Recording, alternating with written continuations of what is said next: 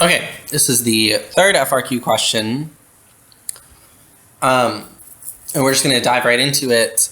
If we look at all this stuff at the top, this is just sort of test directions in a sense. None of this stuff actually really matters until we get down here.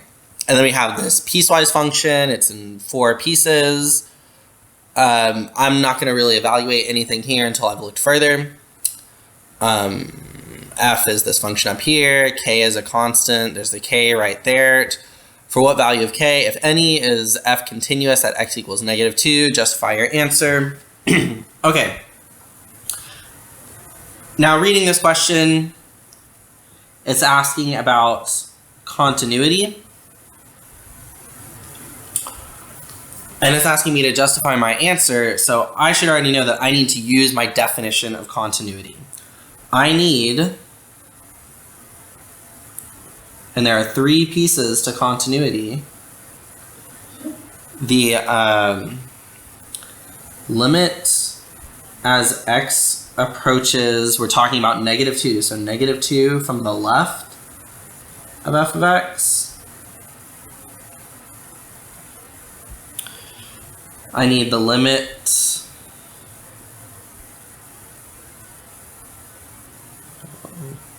sorry, I messed something up real quick. Please. Limit as x approaches -2 from the right of f of x. And I need f of -2 to equal something. These all 3 of these need to equal the same thing.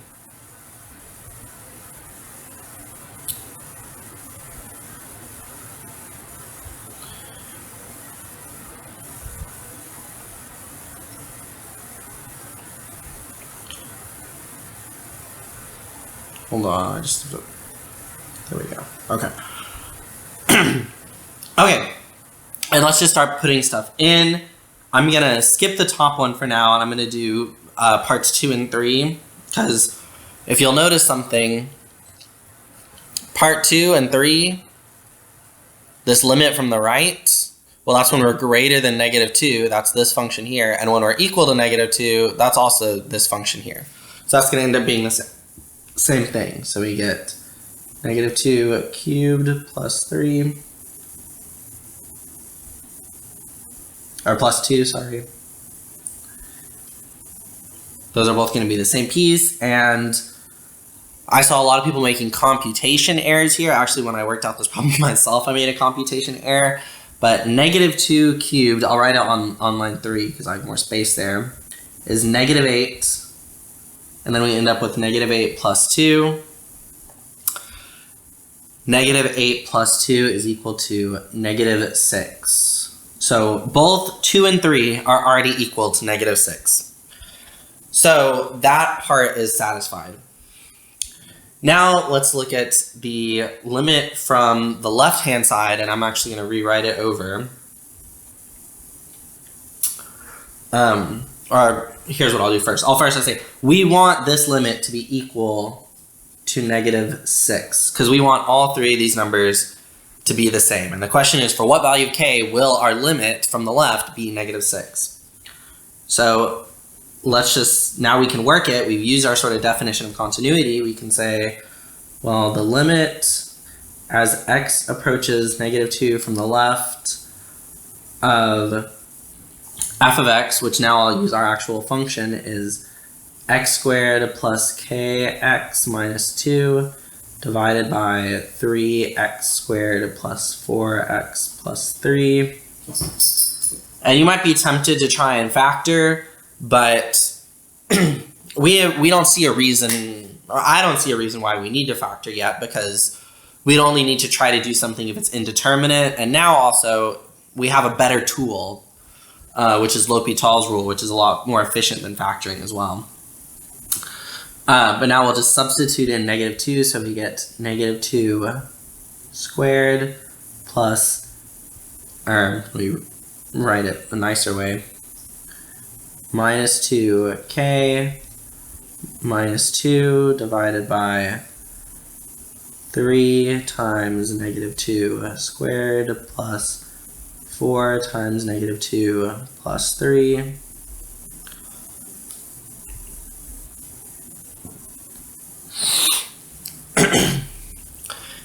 And let's just simplify this up, make it look prettier. Negative 2 squared is positive 4 minus 2k minus 2 divided by negative 2 squared is positive 4, so we end up with 12 minus 8 plus 3. And that equals 2 minus 2k all divided by 7. And remember, we found this limit. This is actually what this limit equals for any value of k. But we want specifically a value of k that makes our function continuous. So we want all of these values to be equal to negative 6. So now we can take this 2 minus 2k divided by 7 equals negative 6. This is an equation that we can just solve. We get 2 minus 2k equals negative 42. And here's where I'm going to skip steps now that we've made it just a linear function. Well, it was linear before as well, but there's no fraction. And we're going to get k equals negative 42 divided by negative 2, negative 22, positive 22.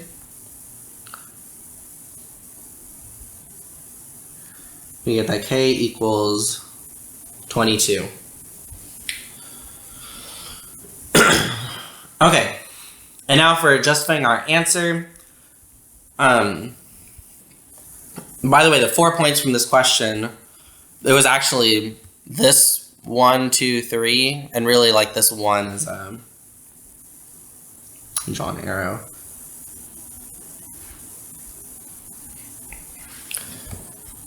This part right here was 1 point. The limit as x approaches negative 2 from the left. This part here was 1 point. And then these two lines here, 2 and 3. This is a point. This is a point. And finally, we got k equals 22. That this satisfies our definition of continuity. We have justified our answer with all this work over here. So I don't even have to write anything. But just to sort of be nice to the graders, I will write when k equals 22, x is continuous at x equals negative 2. And getting this k equals 22, that was your 4th point. You don't even have to write this down. I would have taken it just like that. Okay, and now part B, what type of discontinuity does f have at x equals 0? Give a reason for your answer. Well, again, we're talking about a discontinuity, so that's a good hint that we should probably be thinking about our definition of continuity. And so we'll do our 3 pieces to continuity again. Our limit as x approaches 0 from the left of f of x. Limit as x approaches 0 from the right of f of x. And limit at, I'm sorry, our third one is not a limit. That's a mistake that I actually see a lot of people make, is they try to write a limit. It's f of 0 equals, and we can just sort of plug stuff in here. For f of 0, well, when x is 0, our function value is 0. If we come from the right, we'll substitute in 0. I'm not going to write out all the work here for this one.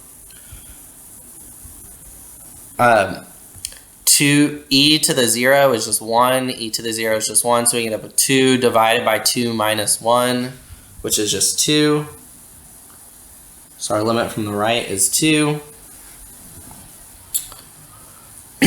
And then coming from the left of 0, we have 0 cubed plus 2. Well, 0 cubed is 0 plus 2 is just 2. So we end up with this. And all 3 of these lines, I counted this as a point. If you put all 3 of our parts of definition of continuity, that was 1 point right there. And then what type of discontinuity is it? Well, you don't have to do this, but I'm just going to sort of give you a little visual demonstration of what's happening. Graphically, our limit from the left, and I'm not going to, this is just going to be a sketch. Our limit from the left and our limit from the right are approaching the same value. So if we look at this little sketch that I drew, if we come from the left, we're approaching this point, 2. If we come from the right, we're approaching this point, 2. But our actual function value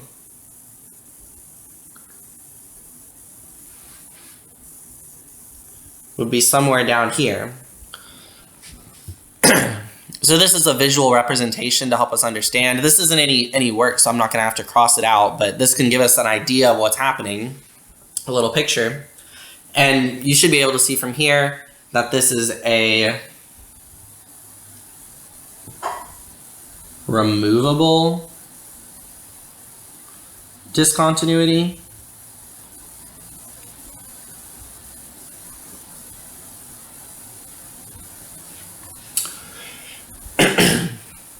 And this is simply because our left and right hand limits agree, but our function value does not agree. So actually the way I was going to write that is because our limit as x approaches 0 of f of x is not equal to f of 0.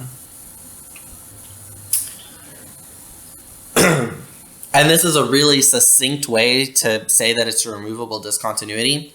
Because this part right here, our limit as x approaches 0, that's capturing both line 1 and 2. Because since both our one-sided limits exist and agree, our two-sided limit exists and agrees. So I'm just going to write the two-sided limit as x approaches 0. And then, well, what is that different from? That's different from our function value. If our one-sided limits disagreed, we would end up with a non-removable discontinuity. Okay. And then find all horizontal asymptotes. This also required you to know the thing that we used on question 1, where I'll just sort of, let me choose a different color, sort of point out that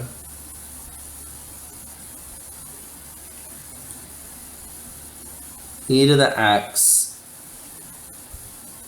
is greater than 0 for all x. And again, this actually becomes something that should be an automatic thought in your brain. You should know this off the top of your head. So finding our horizontal asymptotes, this is calculus now. We're using our formal definition of asymptotes. So we're using our limit as x approaches, and our horizontal asymptotes are end behavior of our graph. It's what happens as we approach positive infinity and what's happened as we approach negative infinity. So let's start with negative infinity. Limit as x approaches negative infinity of f of x equals and here I'm going to use a little bit of bad notation, but I'll show what I'm going to do to fix that. We're going to substitute in, we're coming to negative infinity, so we're looking for all our numbers going all the way to the left, which is our top equation. So I'm going to substitute in negative infinity. We're going to have negative infinity squared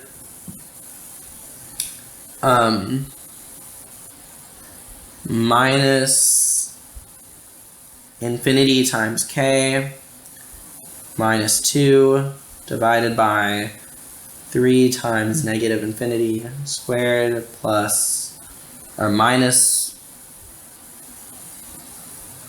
4 times infinity plus 3. Just to give us a visual representation of what's happening. And well, of course, we have essentially what comes down to infinity over infinity. If you're wondering why it's positive infinity, well, negative infinity squared, that's going to be positive infinity. Infinity minus infinity is still infinity, not 0.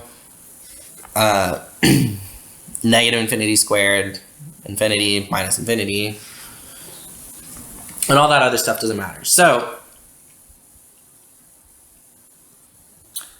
this is indeterminate. So we're going to use L'Hopital's rule.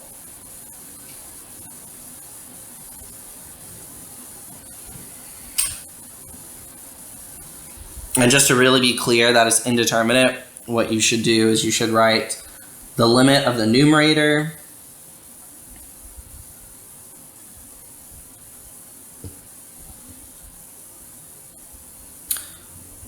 so x squared plus kx minus 2 equals infinity, and the limit of the denominator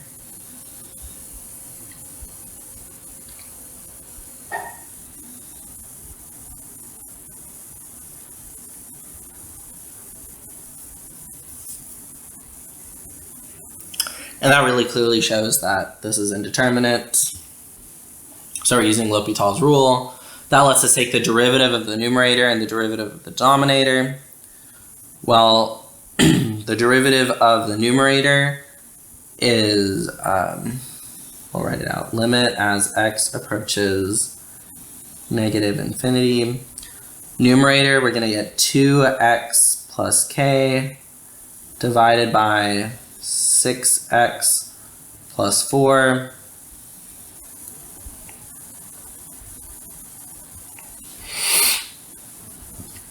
About to run out of space, but that's okay. And then I'll just sort of write out the one-sided limits, or not the one-sided limits, the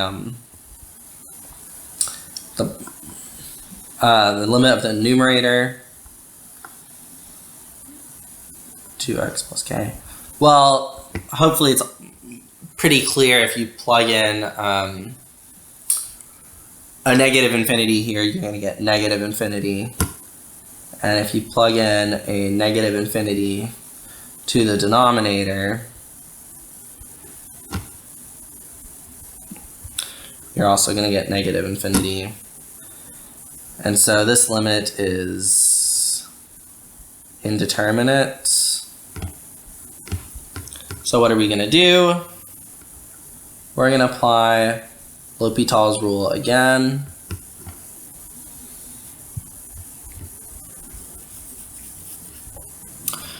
And then finally we get, I'll come down here, the limit as x approaches negative infinity of 2 over 6.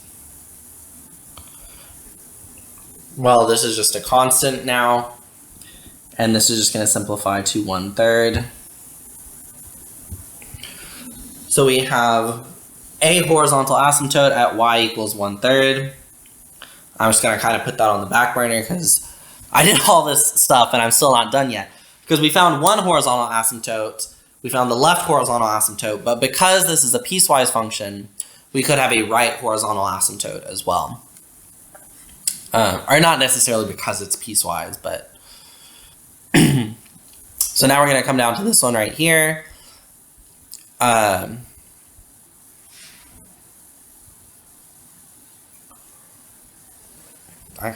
Actually thinking about it, we actually don't even need this. We don't need this e to the x is greater than 0 for all x. I thought we would need it for this limit that we're about to do, but we actually don't. Okay. So let's come over to the side here, just because I have the extra space.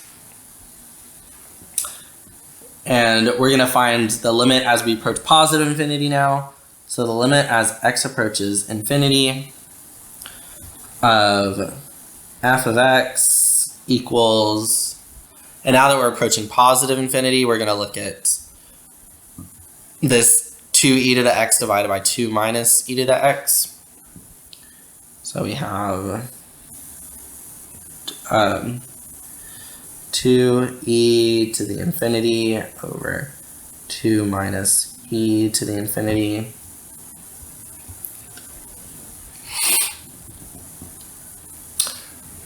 Just our visual representation of what's happening. And e is just a number, so e to the infinity is going to be infinity. And so we end up with infinity over negative infinity, which is again indeterminate.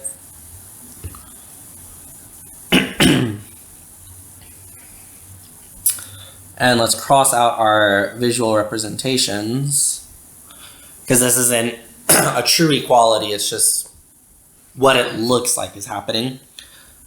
And so now I'll write our limit as x approaches infinity of 2e to the x equals infinity.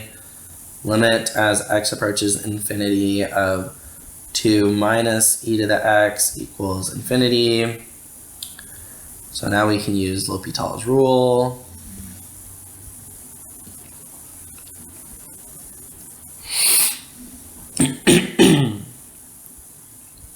And we can say that the limit as x approaches infinity of, here our derivative of e to the x is of 2e to the x is 2e to the x, because the derivative of e to the x is itself, and 2 minus e to the x is going to be negative e to the x. So we do derivative of the top and derivative of the bottom. And now we end up with an e to the x on the numerator, e to the x on the denominator. We end up with 2 divided by, I'm going to use proper notation, equals the limit as x approaches infinity of 2 over negative 1.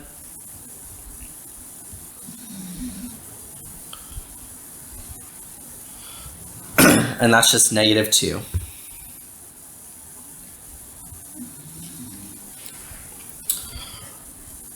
And so now we have 2 points here.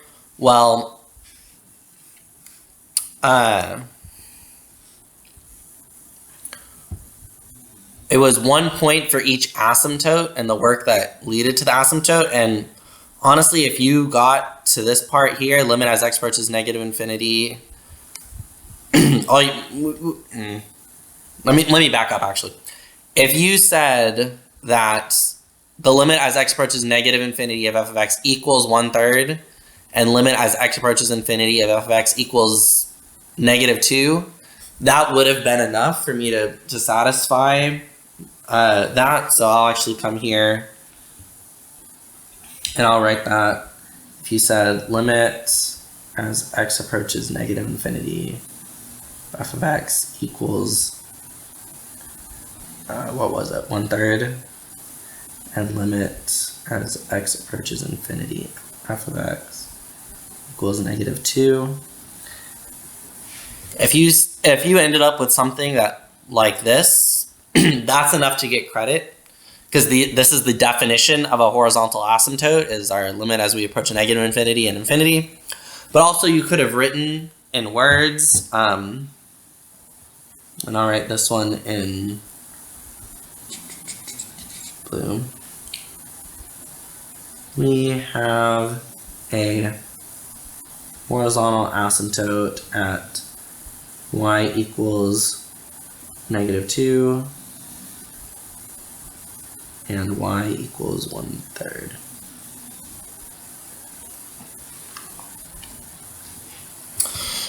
You could have also written this. That would have also gotten you credit. And then, of course, all this pink stuff, you needed to show your work in order to get the other point for each of these.